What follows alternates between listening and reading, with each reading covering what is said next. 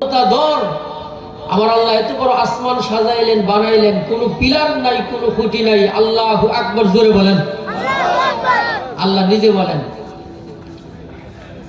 ওয়াসসামাআ বানাইনাহা বিআইদি ওয়া ইন্না লামুসিউন।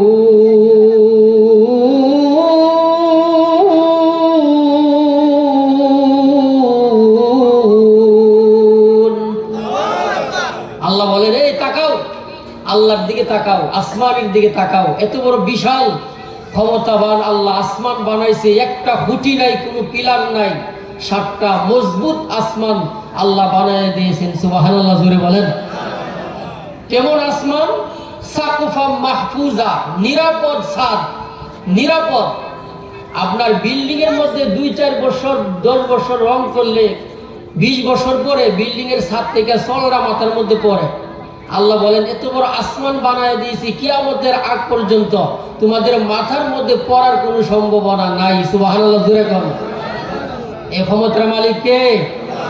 আল্লাহ বলেন আমার সৃষ্টির দিকে তাকাও, আমি কেমনে সাজাইছি এই দুনিয়াটা।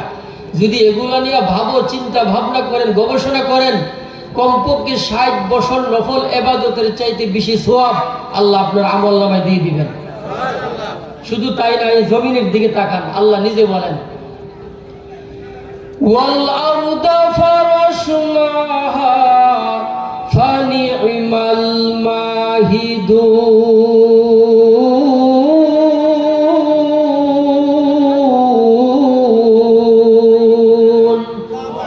আল্লাহ বলেন এই জমিনটাকে আমি আল্লাহ তোমাদের জন্য বিছানা বানাই দিছি। সুবহানাল্লাহ, জোরে কোন না। শুধু তাই না, প্রত্যেকটা সৃষ্টির দিকে তাকান, আল্লাহ বলেন আমি জোড়া জোড়া করে সৃষ্টি করছি। আল্লাহু আকবার, জোরে বলেন। কোরআনে আছে না নাই? আল্লাহ নিজে বলেন ওয়া মিন কুল্লি শাইইন খালাকনা যাওজাইনি লাআল্লাকুম তাযাক্কারুন।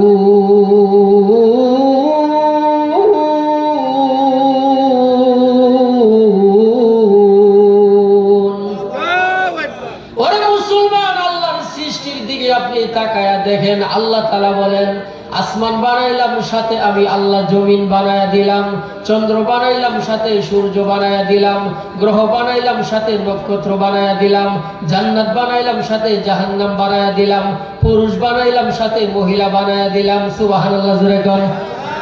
আরেকটু জোরে কোন আল্লাহু আকবার।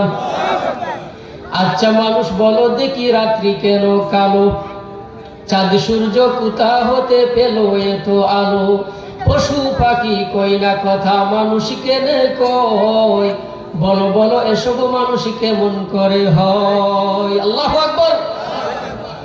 ফুলগুলো সব নানান রঙের কেমন করে হয়, পাতাগুলো সবুজ বটে ফুলের মতো নয়, দুধ কেন হয় সাদা, মরিচ কেন জাল, আমগুলো সব পাকলে পরে কেমনে হই তালাল।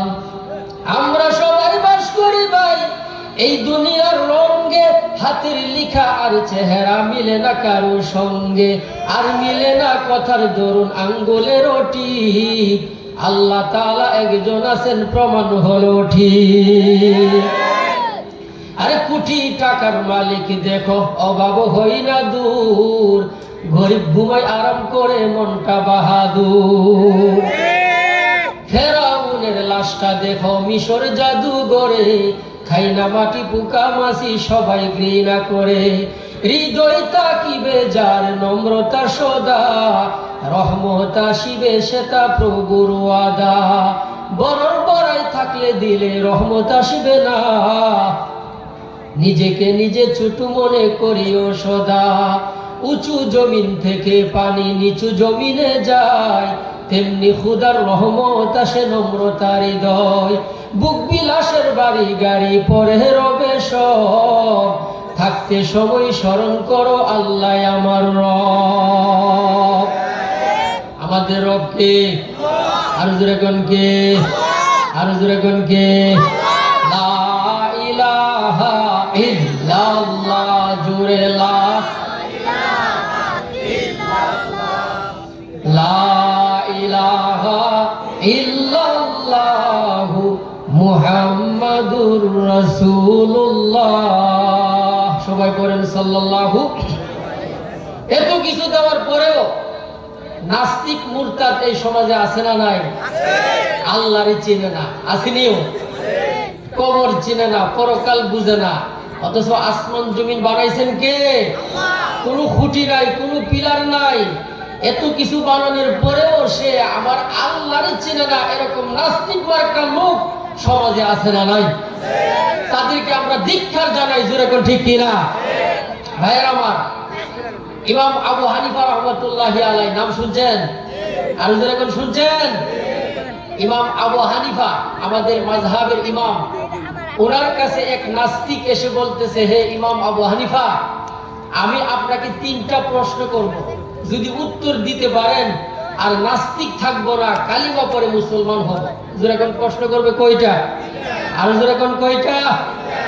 1 নম্বর হলো, ইমাম আবু হানিফাকে বলতেছে, হে ইমাম আবু হানিফা, 1 নম্বর আমার প্রশ্ন হলো, তোমার আল্লাহর আগে কে ছিল?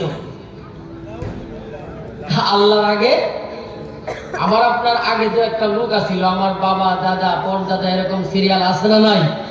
তোমার আল্লাহর আগে কে ছিল জানতে চাই। ইমাম আবু হানিফা রাহমাতুল্লাহি আলাইহি বলতেছেন যে আমি তোমাকে যুক্তি দিয়া, দলিল দিয়া প্রমাণ করে দিব। সুবহানাল্লাহ, জোরে কোন। ইমাম আবু হানিফা তাকে বলতেছে যে আপনি 9 থেকে গণনা করতে করতে নিচে আসেন।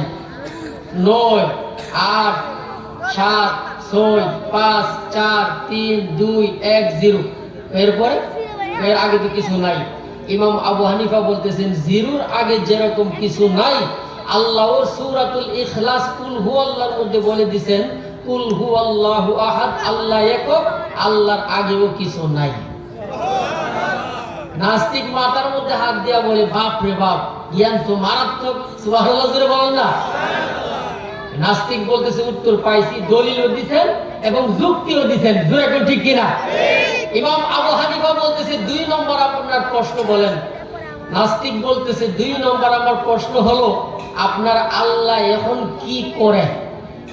আল্লাহ এখন, আপনারা তো ওয়াজ শুনতেছেন আর আমি বক্তা করতেছি, একটা কাজও আছে, আপনার আল্লাহ কি করে শুনতে চাই। ইমাম আবু হানিফা বলতেছে, আপনি তো চেয়ারে আর আমি নিচে, আমি আপনাকে একটা প্রশ্ন করি, সেটা হইলো যে প্রশ্ন করে সে বড় না যে উত্তর দিয়ে সে বড়? নাস্তিক বলতেছে যে উত্তর দিয়ে সে বড়। ইমাম আবু হানিফা বলতেছে, আমি যেহেতু উত্তর দেই আর আপনি যেহেতু প্রশ্ন করেন, আমি আপনার চাইতে বড়। জোরে কোন ঠিক কিনা? অতএব আপনি চেয়ার থেকে নিচে আসেন আর আমারে আপনার চেয়ারে বসতে দেন 2 নম্বর উত্তরটা দেওয়ার জন্য। আল্লাহু আকবার, জোরে বলেন না। ওই নাস্তিক নিচে গেছে আর ইমাম আবু হানিফা চেয়ারে বসে বলতেছে, আপনি প্রশ্ন করেছেন আল্লাহ এখন কি করে, এই মুহূর্তে আমার আল্লাহ যে কাজটা করছেন সেই কাজটা হলো আপনাকে কান্ডা দইরা নিচে নামাইছে আর আমারে সম্মান দিয়ে আপনার চেয়ারে বসাইছে। এটা আমার কথা না, সূরা বুরুজের মধ্যে আল্লাহ বলেন, ফাআলুল লিমা ইউরিদ।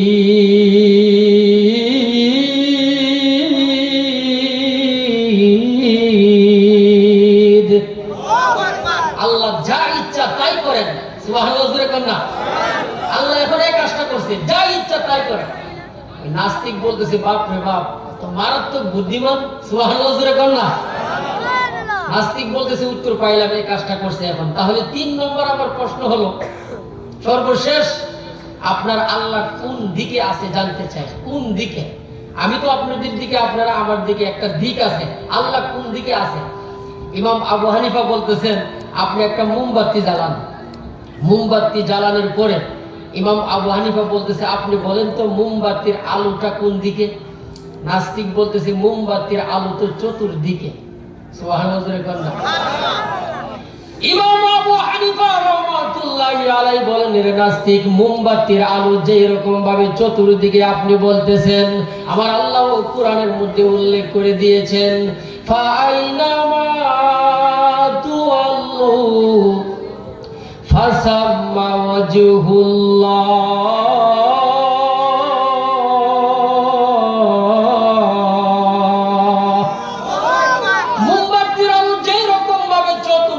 আছে গো। আল্লাহ বলেন, ও বান্দা ও বান্দি, তোমরা যেই দিকেই মুখ ঘুরাও ওই দিকেই আমি আল্লাহ আছি।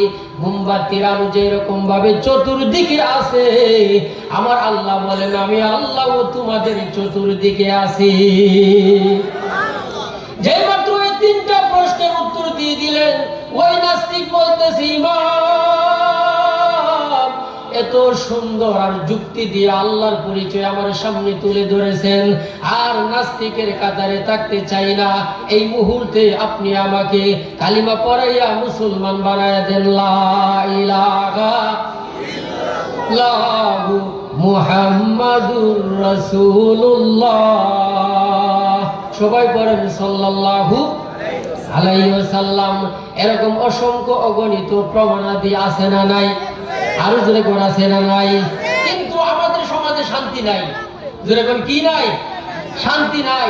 মা যদি বলে যে বাবা রে একটা কাপড় লাগবে, শাড়ি কাপড় লাগবো, মা এই কথা বললে বলে যে ছেলে পকেটে টাকা নাই। কিন্তু প্রেমিকা যদি বলে যে আমার একটা আইফোন কিনে দিতে হইব, এ হাওলাত করে কিনে দেয়। আছে না নাই? আর জোরে কোন আছে না? মারে একটা শাড়ি কাপড় দিব টাকা নাই, আর প্রেমিকা বললে আইফোন কিনে দেয় হাওলাত কইরা। এই সমাজে আছে না নাই? আগের মতো শান্তি তো আর এখন পাওয়া যায় না। মানুষ সব পাল্টে গেছে, পাল্টে নিত জামানা। ঠিক না? আর আগের মতো শান্তি তো আর এখন পাওয়া যায় না। মানুষ সব পাল্টে গেছে, পাল্টে নিত জামানা। জামানা ঠিকই আছে, মানুষ সব পাল্টে গেছে, মানুষ সব পাল্টে গেছে, জামানা ঠিকই আছে। আরে চুলগুলো খাটু খাটু, শার্ট প্যান্ট আটু সাটু, সানগ্লাস চোখে তাহার যেন কোন জমিদার। ওর জুতা পায়ে দিয়ে কাঁধে এক ব্যাগ নিয়ে, ঠুটে দিলে লিপস্টিক, হাসে শুধু ফিহিক ফিহিক। ওদিকে গেল দু চোখ, মনে হলো ভদ্রলোক। কাছে গিয়ে দেখি হায়রে পুরুষ মানুষ না, মাশাআল্লাহ দাঁড়ায় আছে মিস জরিনা আপা। জোরে করে আছে না নাই? আরে লম্বা লম্বা আছে চুল, কানে তো আছে দুল, হাতে দিয়ে সোনার চুড়ি, চিকন ফিতার গড়ি, পাঞ্জাবি গায়ে দিয়ে হাত আছে মুড়ানো, লম্বা উড়নাটা কাঁধে আছে ঝুলানো, হেঁটে চলে আঁকা বাঁকা যেন কোনো নায়িকা। কাছে গিয়ে দেখি হায় রে মাইয়া মানুষ না, এটা হলো আমগু পাড়ার মিস্টার সোহেল রানা। সোহেল রানা ভাই কানে দুল পড়ছে, তারপরে মেয়েদের উড়না লাগাইছে। এ আছে না নাই? এই দিকটা নাই মনে হয়। আর জোরে কোন আছে না নাই? আরে মোটা বই আছে হাতে, কলমটা আছে সাথে, সাদা সাত গায়ে দিয়ে, সূর্যরা পায়ে দিয়ে, জিন্সের পরেছে প্যান্ট, মনে হলো স্টুডেন্ট। পরনে আছে জেবেল, গায়ে মাকে দামি সেন। চাই বন্ধুর আড্ডায়, ছিনতাই করে রাস্তায়, নেশা করে গাঞ্জা খেলে 8 মাস তাকে জেলে।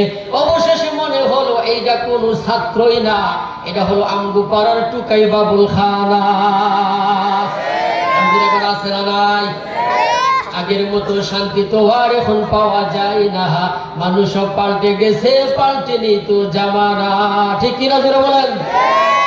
অসুবিধা হইতেছে? আর জোরে কোনো অসুবিধা হইতেছে? আহা ভাইয়ের আমার, বর্তমান জমানা কিন্তু ঠিক আছে, কিন্তু মানুষের রং কিন্তু 100 রং ধরে। জোরে কোন ঠিক কিনা? অনেক এলাকায় আমরা যাই, অনেক জায়গায় দেখি যে আপনার বিয়ে পাস লোক, কিন্তু মাথার তার তুর যা আছে সব ছিঁড়া গেছে। আছে না নাই? আর জোরে কোন আসেনি? এরকম এক বিয়ে পাস লোক গেছে স্কুলে। জোরে কোন কই? স্কুলে যাইয়া বলতেছে, এ ছাত্ররা এটা কোন ক্লাস রে? ছাত্ররা বলতেছে স্যার এটা অঙ্কের ক্লাস। স্যারে বলতেছে ও বালুইছে একটা অঙ্ক কর। ও কি অঙ্ক স্যার? অঙ্কটা হইলো, আমি আমার বাড়ি থেকে তোদের স্কুলে আসতে 10 মিনিট সময় লাগবে, বলতো আমার বয়সটা কত?